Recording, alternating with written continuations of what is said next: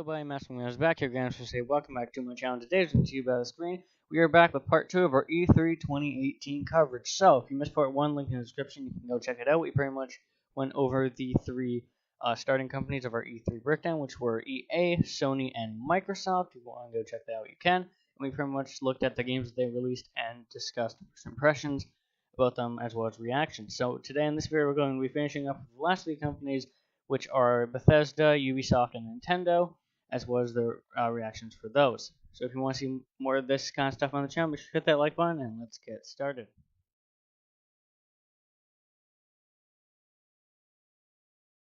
Let's talk about a new Bethesda IP from people that made Fallout and Elder Scrolls series comes new IP from Bethesda. Now, we don't have a trailer for this really, so just an image of what the logo, I guess it's called Starfield, and what we currently can tell is that it's an RPG set in space, I guess with a sort of space station satellite thing, and it looks to be in the vein of Prey, possibly, sort of that's like shooter style. We have no idea though. There's just some speculations, but that's pretty much all we know about this game currently. I guess look for it in like 2020 or so. My thoughts, it might be pretty good. I know the Fallout and stuff is pretty fun, so we'll see how this new IP turns out. Time to go into one of Bethesda's more liked franchises of the Fallout series. Now, Fallout 76 is not going to be a continuation of the other four Fallout games. It seems to be following in the vein of Rust or Ark Survival Evolved, or those type of games where you're like in a set world, either single player or with a bunch of other people trying to survive. I guess it's going to be more of a survival stuff than have like a complex story. I'm not sure how that's going to turn out, but it looks pretty interesting from what we can see. It's going to be online only, and other than that, I mean, it's set in the Fallout franchise, and hopefully the characters and stuff are pretty good in order to keep players coming back, because that's always a really important thing. Most games that end up doing this end up losing their fan base because there's nothing more to do after a certain point, and it just gets obnoxious. Also, let's hope that this doesn't turn into a massive war, because it says everyone can have nukes and stuff. So that'll be interesting to see just how the chaos ensues, and it also depends on the release date and when things like that function out, and how frequently the game gets updated, because games like these really rely on updates for things mainly to function, as well as I guess the landscape. If the landscape is boring or the landscape isn't suited for this kind of environment, it could become problematic, but luckily it actually does look like it's pretty set out there. It looks like you can do a bunch of things, and there's a bunch of mobs and things that you can fight with. You will be seeing other players, which is a very good thing, and it is also going to be available for pre-order on June 15th. Other than that, we know that's an Xbox, not exclusive, but it's like Xbox and PC. I'm pretty sure this is not coming to PS4. But my initial thoughts on it, like, it's a Fallout game, relatively. It'll be pretty interesting. We'll see if the fan base likes it, but more importantly, see how frequently it can actually get updates, because updates are really important. So yeah, look out for this in a couple months.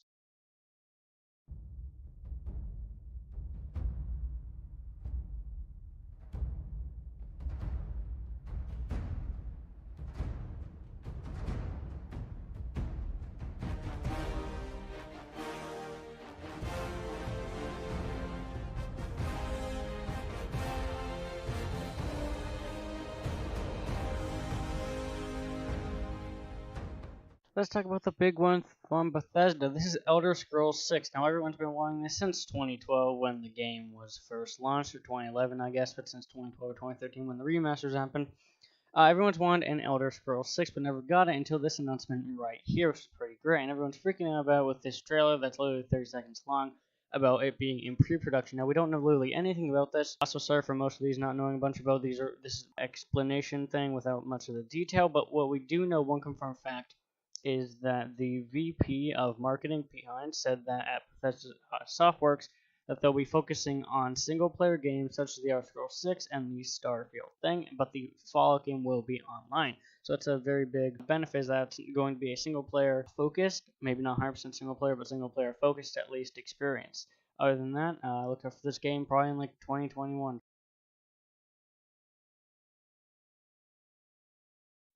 To start off Ubisoft, I'm just going to be going over a bunch of Ubisoft smaller things that are going to be happening. For instance, my new Ubisoft things that I took so much time creating because I really care.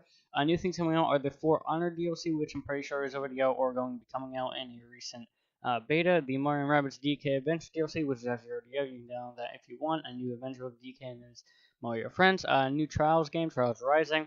New Division game, The Division 2, and The Crew 2, which was an open beta that is now gone. Let's talk about Beyond Good and Evil 2. So, I didn't really know this existed, and neither did most people. Apparently, the first Beyond Good and Evil came out in 2003 by Ubisoft or something and was pretty popular.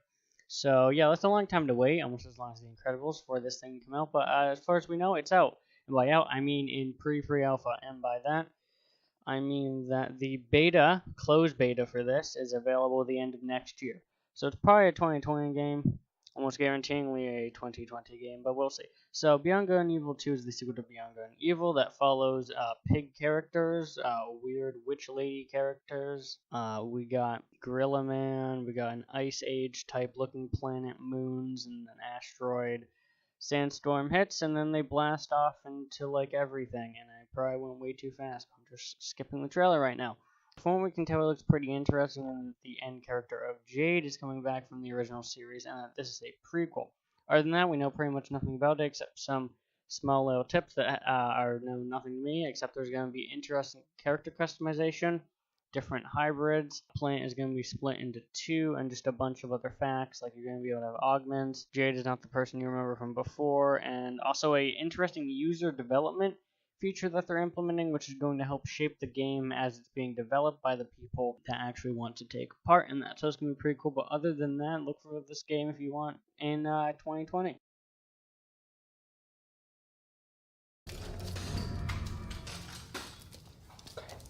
Where's Mom? You're gonna see her real soon, okay? Just hold still. Don't believe his lies.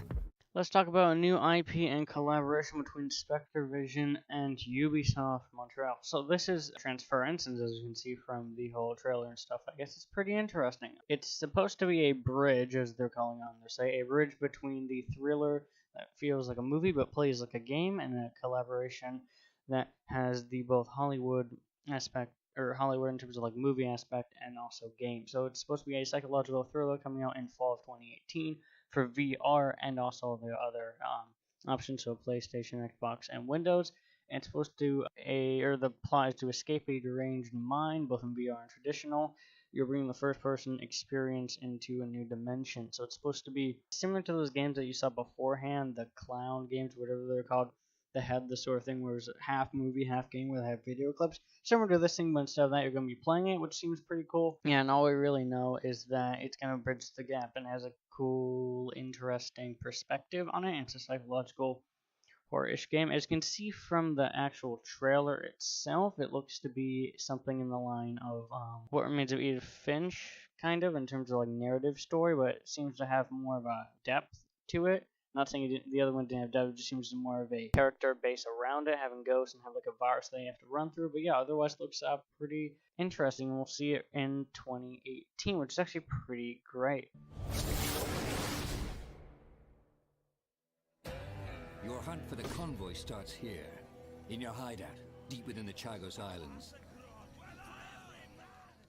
Let's talk about one of the more anticipated new IPs from Ubisoft. So this is what Sea of Thieves pretty much wanted to be. This is Skull and Bones. Odd name, don't really care for it, but what I do care for is the actual gameplay. When I said this is what Sea of Thieves wanted to be, I'm not joking.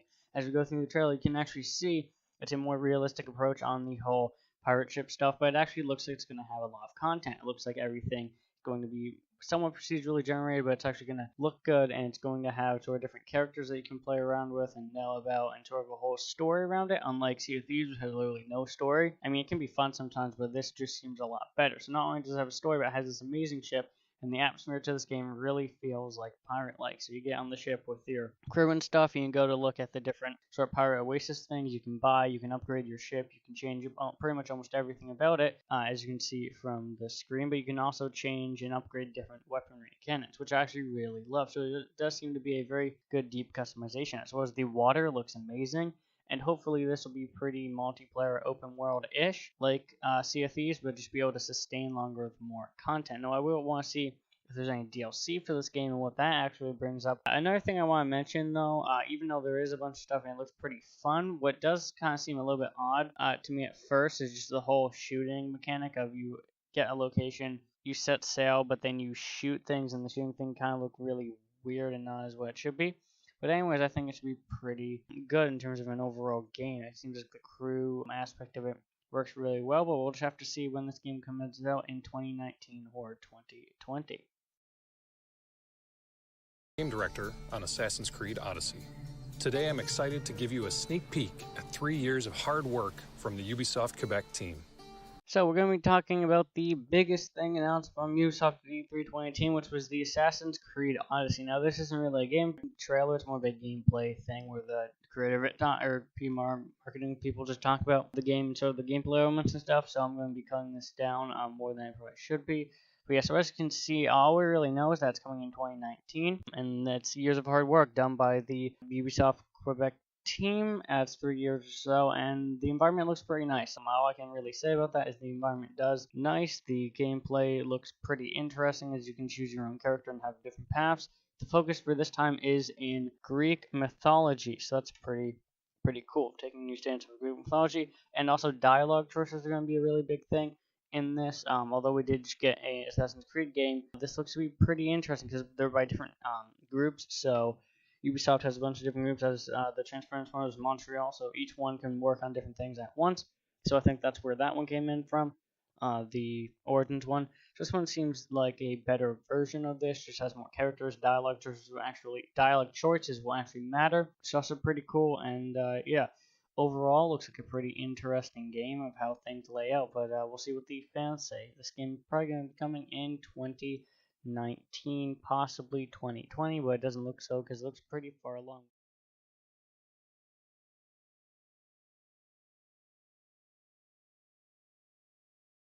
Smash Brothers series.